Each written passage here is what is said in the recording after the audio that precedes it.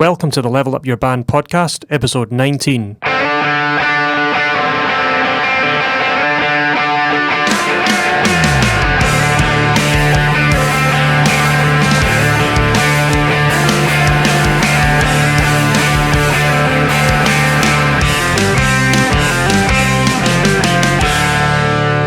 Welcome back to the Level Up Your Band podcast. This is Gavin Patterson, and I'm with my glamorous co-host Julian Pombo. Hey, I need to start making a. We're experiencing I need to start making a lag. tally of all the. Are we? Oh, great! You took like 10 seconds to what was I respond gonna there. say? On my end, it was like you were just going, "Am I glad?" Yeah, Oh, it was pretty lovely. dumb. Great fun. I was gonna say I need to start making a list of all the things you call me, so I can feel good about myself. Yeah, When I glamorous. feel sad. And I'm like, Gavin thinks this. you're wearing what's that? Sort of tartan. What tartan is that? I don't know. I got it in H&M. I have no idea. It's an H&M tartan. Yes. The clan of H&M. Very famous. Yeah. Clan Mc-H&M. Yeah. And I'm rocking a bit of a chin beard as well. Yeah. I don't know. I feel it's I didn't even a bit of a notice. phase. A bit of a chin beard and a bit of a mustache. Yeah. Looks good. I don't know. Right. I did it. Cheers, man. Cheers. I thought I was feeling a bit bored, and I was like, I need a little bit of adventure with my facial hair, so I'll try something. And it doesn't look terrible. Man, I've tried everything. Have you ever done the thing where you're like, maybe it's just me, like every time I shave, I'm like, I wonder what sideburns look like. I wonder what I look like with like some thick ass mutton chops. Yeah. And then I did this, and I was like, oh, hey, this is okay. This is actually okay. So there we go. What were we talking about today? Not my chin beard. No, today we are talking about web traffic. And before you all click off and listen to some other video, That looks boring. it's kind of it's a businessy term.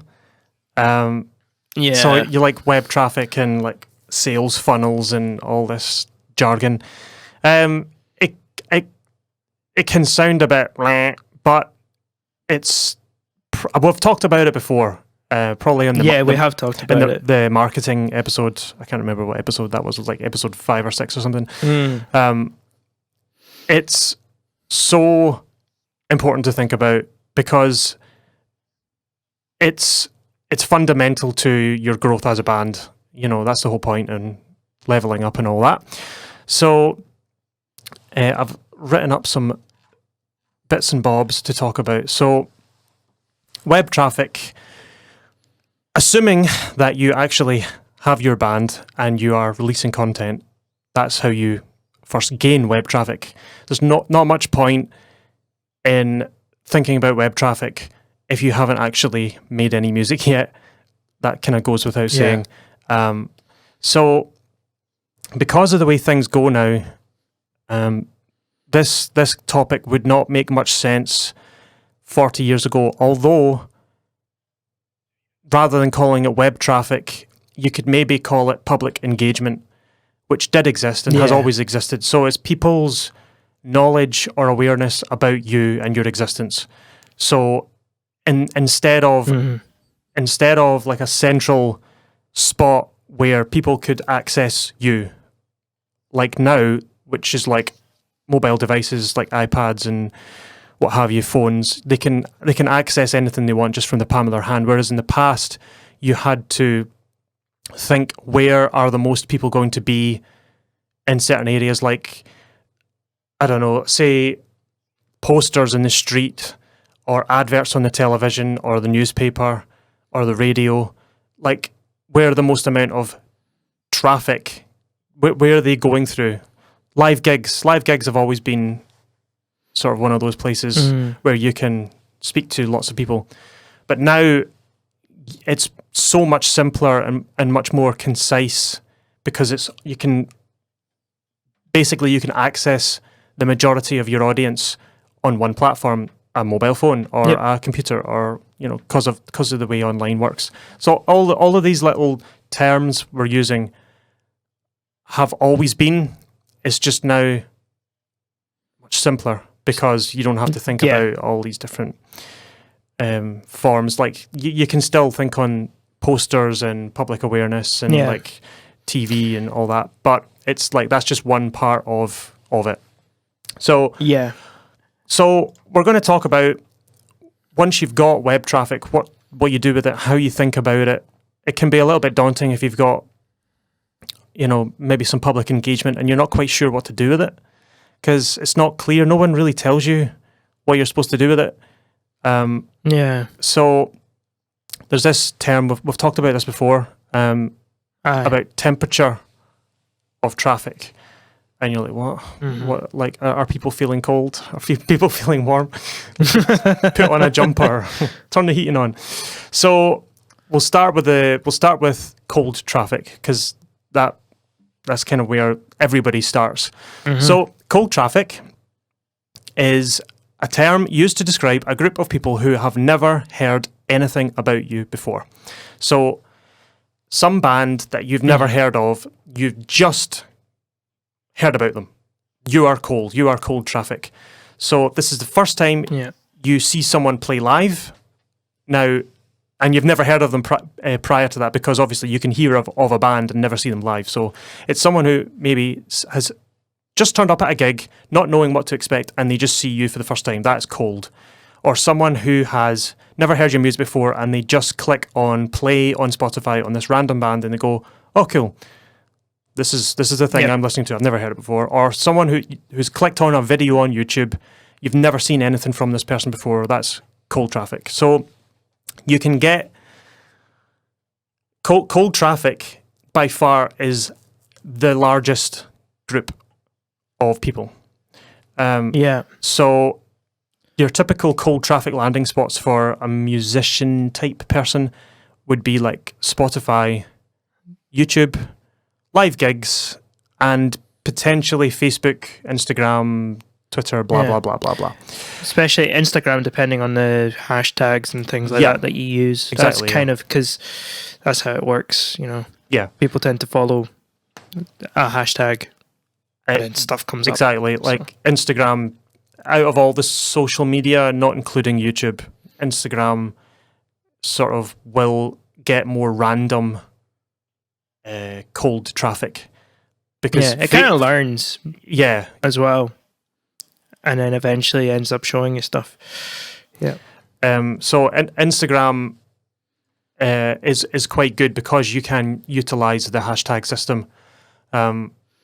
Facebook engagement level is nowhere near as high as Instagram. You can have 1,000 followers on Instagram and 1,000 likes on Facebook. Post the exact same thing on the two platforms and see like 10 times more engagement on Instagram than Facebook now.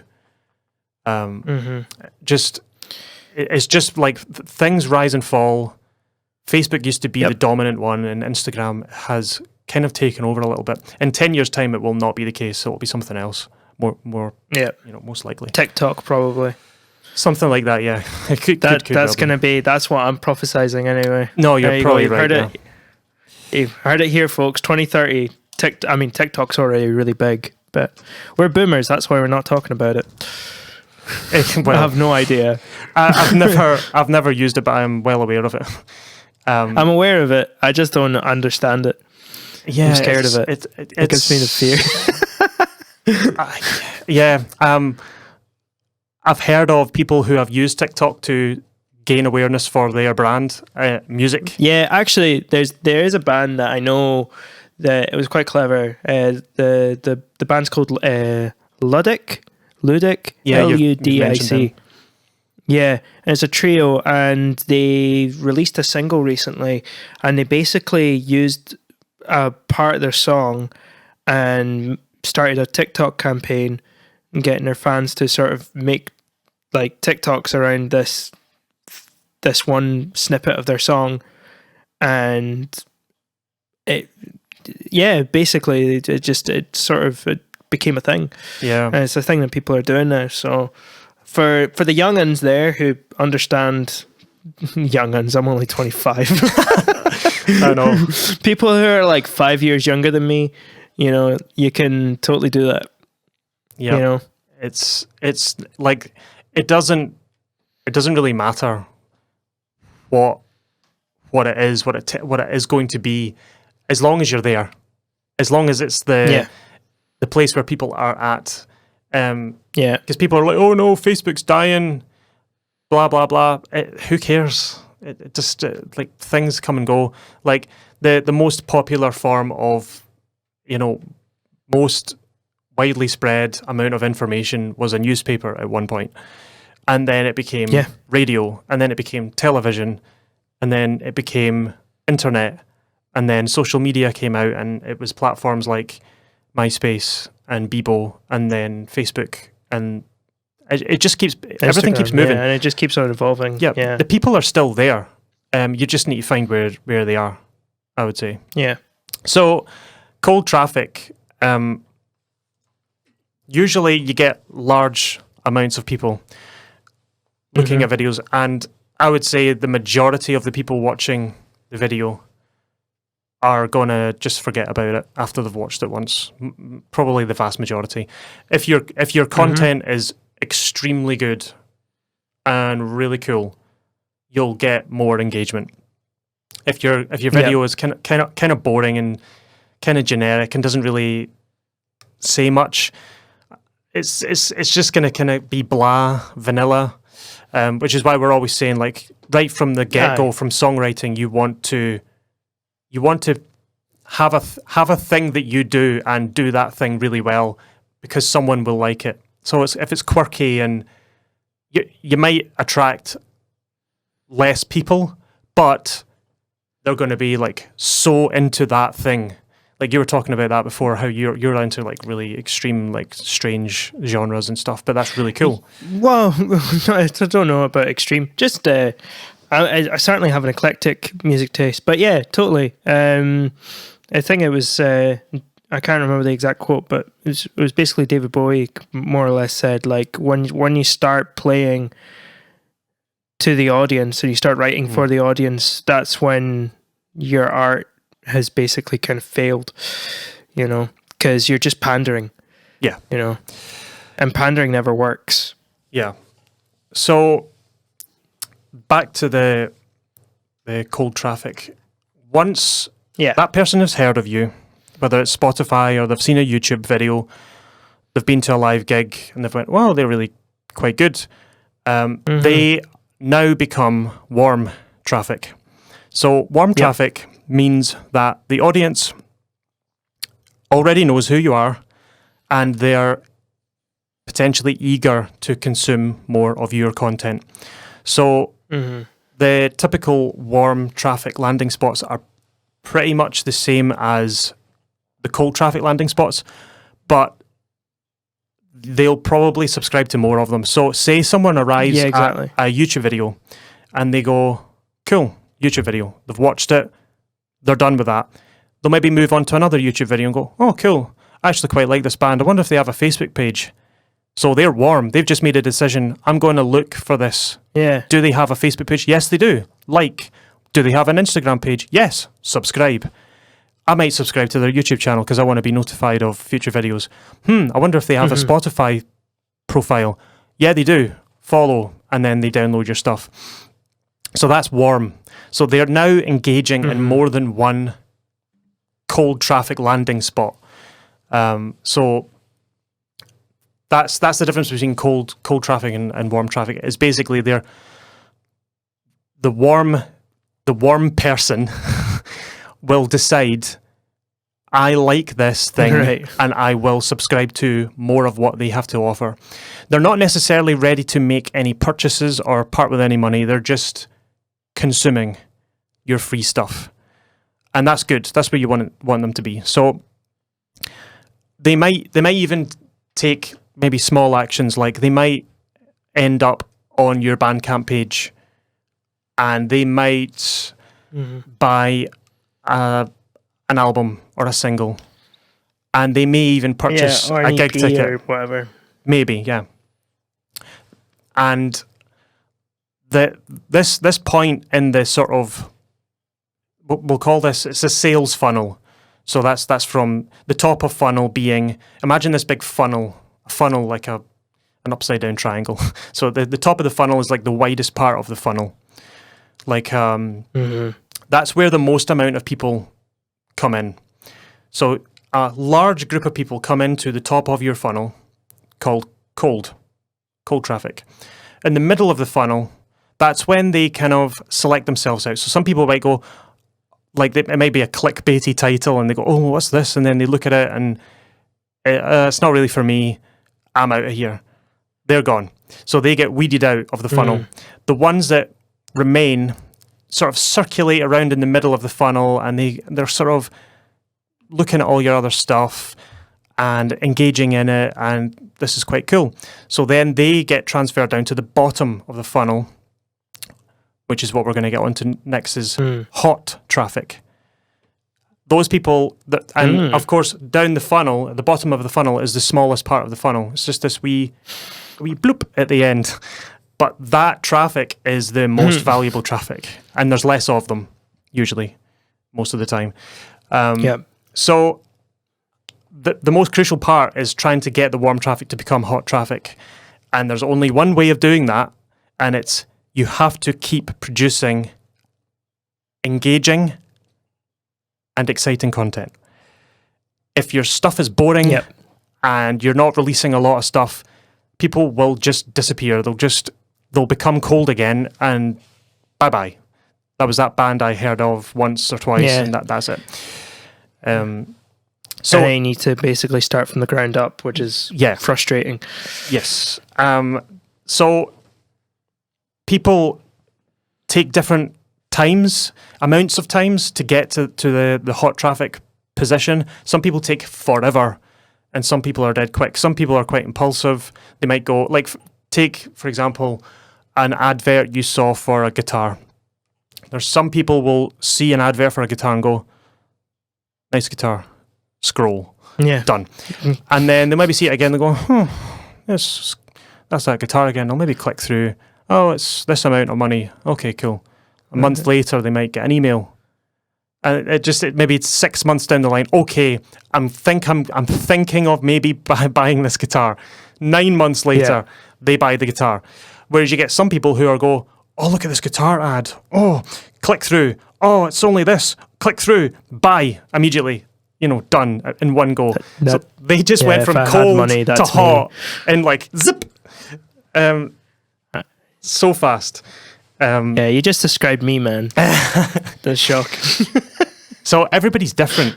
So bear that in mind. So, the thing you need to keep doing if you're a band or a solo artist or whatever, any creative really, or if you're selling anything really, it kind of applies to everything, is just keep it coming. Like they became warm because they found the first thing they saw when they were cold engaging. So keep giving them content like what got them to your place in the first place. That's why they came to you, because they were engaged by what you did. That's why it's so crucial nowadays. And we've said this before, where in the old days, the old model was you drop a big album, then you tour the album, and then you go back to writing, and then you just do this over and over, and you just release all your content in one big.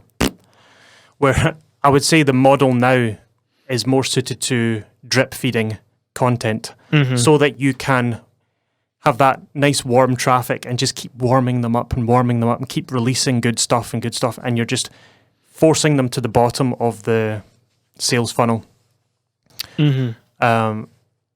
So once your warm traffic has been sufficiently heated up, ready for consumption. Get that down to that lovely hot traffic. So the hot traffic is this basically where you want everyone to be. These people are the most likely group of people to take action on something that you have to sell or have to offer. They're your most loyal fans. Like this applies, like I said, it applies today. It will apply in 10 years. It applied 100 years ago. This is like sales, marketing 101. Yep. So these people are the most likely group to take action. The thing you need to decide is, what action do you want them to take? Now, this is the tricky part. We've talked about this before on the episode about... We were talking about... do you remember when we... Video stuff? Remember when we talked about band aesthetic? And oh, that's right. Yeah. So that's right. Kind of going back to that, if you send mixed signals, mixed messages to people, they can get confused and just, they're gone. So in this case, it's the same thing.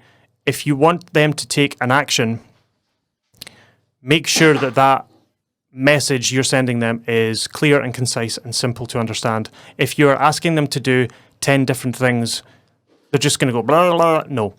So depending on your landing spot, I would say, I don't know what you would think, wherever they happen to land, I wouldn't suggest having any more than one action on that particular landing spot. For example, a website. So when someone lands on your website from a video, so click through to my website, check out more, blah, blah, blah.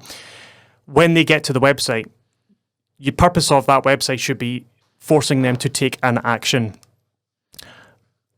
So would you say when they arrive there,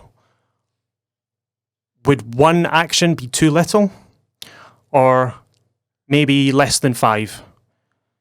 Because when they land on that homepage and you're scrolling down the page and you've got this is the band, this is a player with some of our music, some photos. Like, it's kind of vague. What do you want them to do? Most bands have a big button saying merch store or email list, subscribe, newsletter. Yeah. So I tend to get switched off when I land on a page and there's like, subscribe to our email list, buy our merch, subscribe to us on blah, blah, blah. And you're like, I don't know, blah, blah, blah, blah. It's just too much information. I just like really simple, concise. Just give somebody a bit of time. It would be like, it's kind of the equivalent of like inviting somebody to your house and then as soon as they step into the door, just being like, hey, you want tea? You want biscuits? You want this? You can stay the night if you want. Just like bombarding them with information. Let them sit down, Yeah. Talk to them for 5 minutes. It's kind of the same, I don't know, like, I'm not 100% certain on this, but the most sort of successful brands or companies that run websites, they usually, the homepage, the page that you land on, I've never really seen one that asks you more than one, maybe 2 things to do. That seems to be a running theme. And I just think when you get bombarded with like, oh, do this, do that, do this, do that, it just starts to become a little bit... Yeah, no, I agree though. I agree 100%, yeah. Just one thing. Yeah, so... Choose merch or email list or whatever. I guess you don't even have to highlight it. Like, if they're scrolling through your main page and they get up to the bottom, you can have a little thing that just says, join mailing list at the bottom, Yeah. And they'll either choose to go, yeah, all right, or not just now. Yeah. It's giving them incentive as well. It's because they're hot traffic. The hot traffic is like the most likely to take action. So, like, I've got number 1 here, website. That's like a perfect hot traffic landing spot, because if you're cold and you're a band, you're not going to be visiting their website. That's going to be the last place you'll go. You'll go to Spotify first. You'll go to Bandcamp, maybe. Yeah. You'll go to YouTube. People who go to a band's website are hot traffic, usually.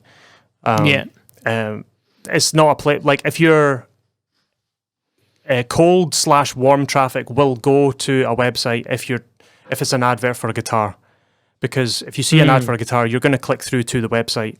So that's this can change depending on what you're trying to sell, what you're trying to do, which is why I put website this far down in the funnel.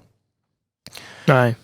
So once they get to your website, you've got to think it's mostly hot traffic that's going to be coming here. So there's no point in asking them to do something that you would expect someone who's still in cold traffic to do, because cold traffic aren't coming to your website if you're a band. I would say unlikely, unless you figure out a way how to direct them there from a YouTube video. If you click through, you'll get a free download of our album, and it happens to be on your website. I don't know, maybe. Yeah, or single or whatever. Yeah, or I don't know, free artwork or something, whatever it happens to be. So, yeah, you're the sort of proper term of this is call to action. What are you asking them to do? So, your home landing page. So a landing page is like somewhere that you've told someone to go and they land on it. So if someone's just come off of a YouTube video, and at the end of the video, I should also say, in order to keep your warm traffic warm and keep increasing in temperature, always give them a call to action in the end of the video. So say you've just recorded a live video of you and your guitar, especially now, still in lockdown. There's a lot of people doing like acoustic covers. And at the end of the video, say that was blah, blah, blah. Thanks for watching. If you want to keep seeing stuff like this, call to action, like my page, subscribe to YouTube, because I'm going to keep this coming. If you like the stuff, you can get notified. And that's just doing that really, really helps, because some people might really like your stuff and they might forget to like or subscribe, forget where they saw that video, and then they're gone forever, which you really don't want. And if you can get like maybe 5 or 10% more people coming back to watch your stuff just by saying that line at an end of a video, you've done a lot, That's a lot. So how would you do that in Spotify? Actually, people have been doing that for quite a long time. Do you remember sort of the mid-noughties when they started? There was a trend going around where it was kind of like R&B hip hop. They would say the producer's name at the start of the song. That's right. Do you remember that? Yeah. I do remember that. I remember that's a call to action. Yeah. Like, oh, who's this guy? What? It's weird. Yeah. Yeah, totally. I'm thinking of songs. That's right. Destiny's Child. Lady Gaga's first song. I'm pretty sure she said the name of the producer. Is it? Yeah. And Jason Derulo used to say his name all the bloody time. Every single song. Jason Derulo. And why is that? Because he wants people to know who he is. It's a call to action. Look at who I am, Yeah, I produced this, man. Yeah. I produced this hot piece of garbage. Exactly, yeah. Sorry. No, you're so right. No, it's mean. If you like that, more power to you. It's a weird thing, and I'm not really into that personally. Maybe it needs a comeback, right? Maybe it does need a comeback. Maybe like next thing we record, we just need to go, yeah, Studio 1790. Oh, I just feel so Gavin. I'm too British for that. It just, I don't know. Yeah. There's something really it's very in your face. Yeah. Yeah. But that is technically a call to action that you could say applies to Spotify, because someone hearing it would go, who's this? I keep hearing this guy's name all the time. He must be a big deal. It's weird. So I don't like, if you want to do that, you do that. But yeah, That's the thing that's happened. So, call to action with regards to YouTube, dead easy. At the end of the video, like and subscribe. You know, that classic one. Yeah. Yeah. Offer them something else. For example, if you say at the end of the video, every Friday afternoon, I do a live stream on YouTube. Join me there. That's a call to action. This Friday at 2:00, I will be doing a live stream. We halfway through the live stream, I'll do a Q&A or blah blah blah blah blah. Take requests, whatever. Yeah, that's a call to action for your traffic. So, getting on to other hot traffic landing spots. So, hot traffic, again, people who are most likely to take action, your most loyal fans, online store. So, there's a couple of things, a couple of options there. There's different platforms where you can do this. Man. So, I would say, I don't know what you would think. There are some websites that allow you to do it, but you have to pay a percentage to host your. They take a cut basically. Yeah, so there's depending.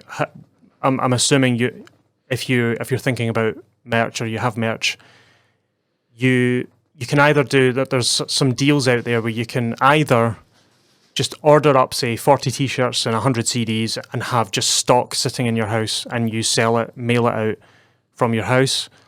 Second option, we've talked about this before, a company that takes your logo, brand, design, and then makes it to order. So people order to you via this other company that make the order, and then you get a cut. Yeah.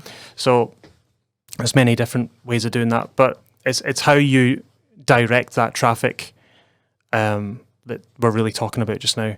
So I don't know. I just prefer personally having that on your own website.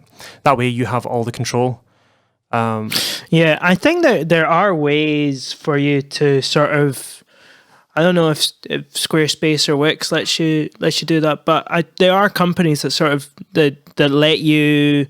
They take care of they handle all the stuff, so that's kind of working. But you put your stuff that's available on your merch store, and they can buy it from the merch store, but they get the order, if that makes sense. Yeah, I think that is an option too. Yeah, you know, if you do get something like that.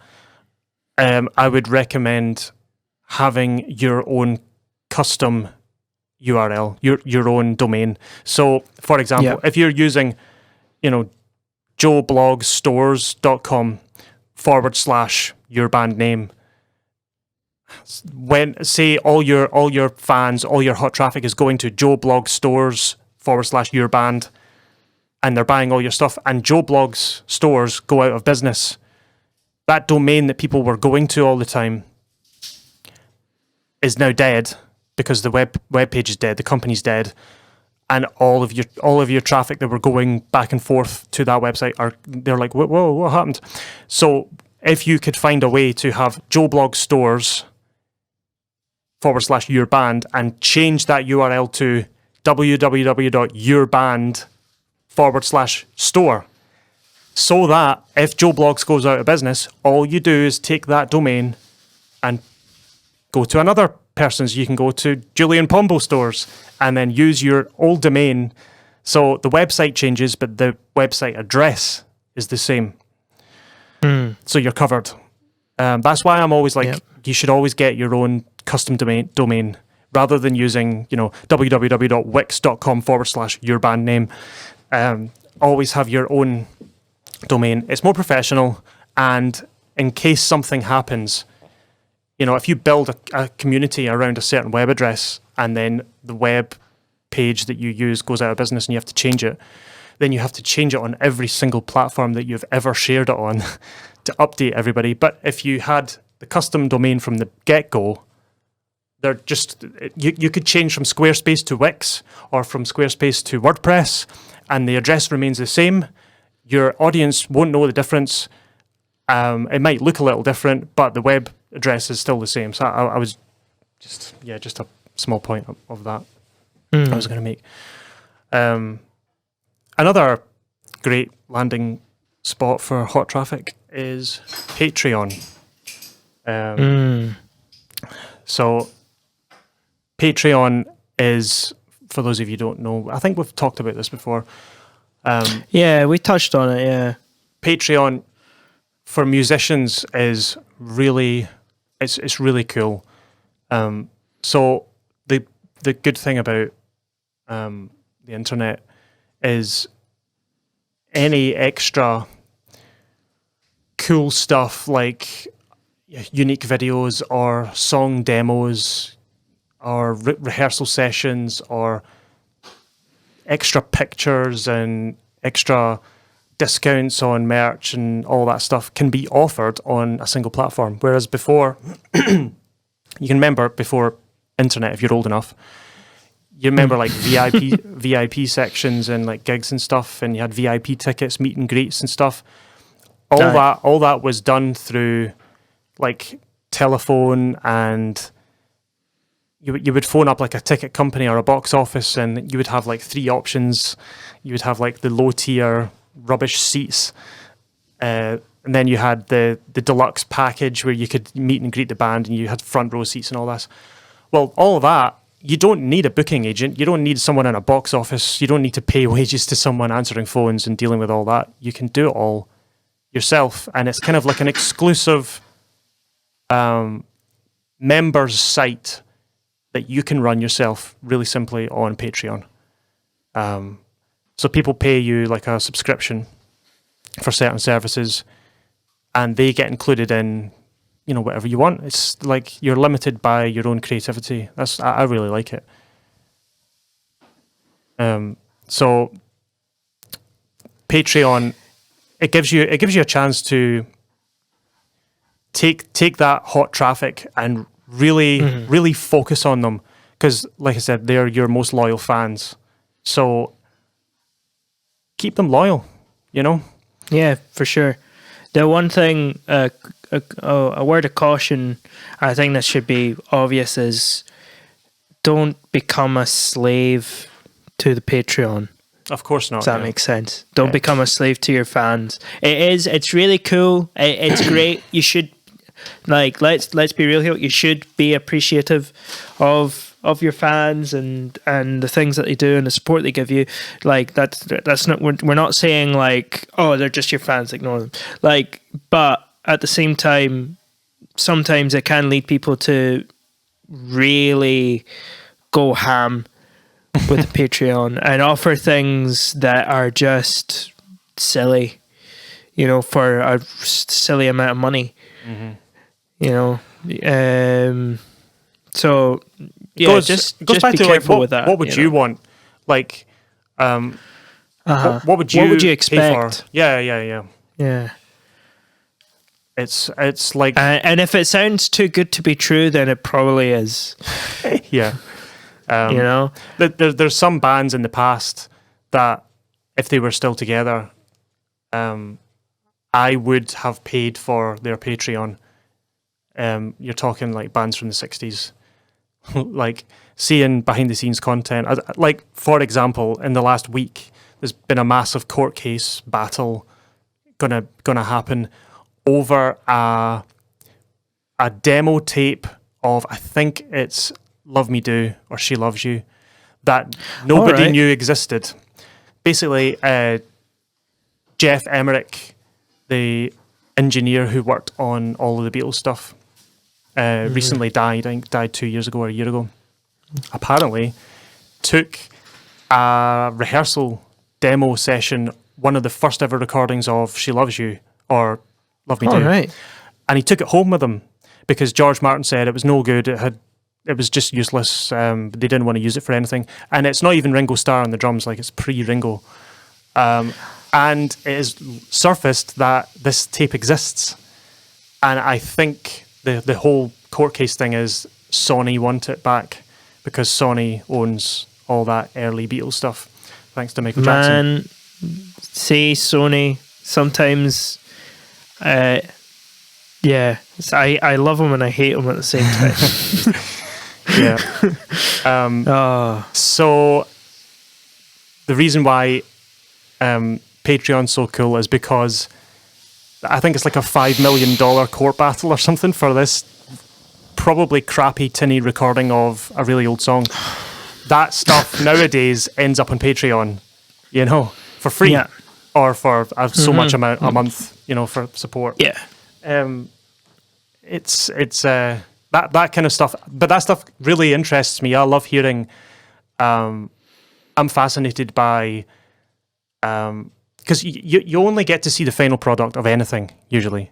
That's right. Yeah, you never see the lead up. I love behind the scenes footage of bands recording, rehearsing, writing songs that you know and love, and I also love watching behind the scenes stuff for films and how they filmed that, how they made that. Oh, that's really cool. I love the Lord of the Rings stuff. Yeah, the extended edition is great. All the like behind the scenes, like how they filmed XYZ. It's just like, whoa, that's really cool. That interests me. It doesn't interest everybody, but it's cool to have to offer that to your hot traffic. Yeah, totally. So this whole process of Webflow and web traffic, this, like I said, it only applies to people who actually have it. But it's nice to know some stuff about it before you enter into it, because you can get this really, really wrong. Always think about, say you've released an album and you're a year down the line and you haven't really done much. You've maybe done some gigs and you're thinking, like, the people who really engaged with my stuff a year ago, if I was them right now, I'd be going, where did that band go? What are they doing? So they are currently warm traffic, and they're getting colder and colder and colder every day that you don't release something. And I think that's just something that to be aware of. Is just always trying to deliver more, always trying to keep doing what you're doing, so that they don't just forget about you, because that can be the death of a band. It's probably always the death of a band. Aside from like bands falling out with each other. So yeah, I mean, that was just one aspect of the sort of marketing, how to think of it in a less sort of Donald Trump kind of fashion, and more, just kind of making it seem more musical friendly. I don't know if I failed or succeeded. You can let me know if I missed the mark. No, I think you did good. But I'm the one that dictates if anything is good or not. The Donald Trump of opinions. Yeah. If Julian likes it, then it must be good. I respect your opinion, Julian. Everybody should. Yeah, everybody. Anyway. Yeah, I think that's pretty much what I wanted to say. Try and apply this to something that you're creating. Like, what am I making this for? What am I going? Think about your cold traffic. Who's going to be seeing this for the first time? Think about your warm traffic on how you can get them to the next stage of making a decision on something that you have to offer, whether it's a CD sale or an online merch sale or a ticket sale or Patreon, and the way you do that through this whole thing, it's not driven by how much money can we get. It's not even driven by how many followers can we get. It's driven by how can we best serve or best entertain, in this case, the people that are listening to you. But this is separate from the actual song process of writing, rehearsing, and recording, because that should be serving the song. But this is the back end. This is the back end of your band. This is the technical stuff, which should be serving the customer. But the music should never serve the customer. But your process on how you deliver that music should always be serving the customer. I would say that. Yeah, I don't know. 100%. Yeah, he says something and then says, "I don't know" after it. That's just, I'm really confident in myself. No, that's actually I trust people. It's the Dunning-Kruger effect. I trust people that say, "Well, that I don't really know," but this is my take you on it. I could be completely wrong, but that's kind of how I see it. I don't know. If somebody says I could be completely wrong, it usually means that they're probably right. Okay. If somebody goes 100%, like this is the way to go, be careful. Yeah. So, was there anything else that you could think of that I have missed? No. The only thing I was going to say, but this is going back to the merch, just a little story of how powerful merch is. The band Kiss, the majority of their revenue wasn't from sales and publishing. I've just on the Wikipedia page here. Between 76 and 78, they made about $17 million in royalties and music publishing, which is already a ridiculous amount. Yeah. But the merch between 77 and 79, worldwide merchandise sales, 100 million. Woo! It's ridiculous, right? Yeah. And that includes like mad stuff like pinball machines, dolls, makeup kits, Halloween masks, board games, lunchboxes, trading cards, things like that. Trading cards. I know, right? Yeah, comic books as well. Sorry, produced by Marvel. I need to check those out. That's mad. Seriously. But mate, merch is if you're gonna flesh, it doesn't matter what you are, what stage your band is in. Think of some solid merch, Yeah. because that is such a huge tool for your band. Think about like, would I wear it? I think I mentioned this before. Like, would you wear it? And could you see other people wearing it? And it's once you get merchandise out there and somebody's wearing your t-shirt, that's free. They're just a walking billboard. Yeah. Yeah. There's no so that idea too wacky, I would say. When it comes to for merch. sure. I've heard of people. There's a guy, I think I've maybe spoken about this before. There's a guy in Nashville who does country music production. He's got a studio, and what he does is every client that comes in, he does wood carving, and he makes cutting boards for cutting vegetables, and he brands them and crafts them with the studio logo. So, like, thanks for working with me. Here's a free cutting board. Oh, cheers, thanks. And then every time the client is chopping vegetables, they go, "Oh, I wonder how he's doing. I'll maybe give him a call." It's genius marketing. That is, mate. We need to get on that. We need to make a kitchen line.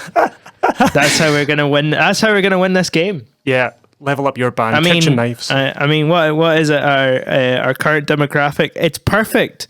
Our current demographic is like middle-aged women. Oh, you mean for the band? Sell them kitchenware for the band. Yeah. Dish towels. Dish towels, tea cozies, Aprons. We should probably shut up now. Oh. It's going to land us in trouble. Oh, yeah. Anyway. Yeah. Cool. This was a fun episode. I enjoyed that. Yeah.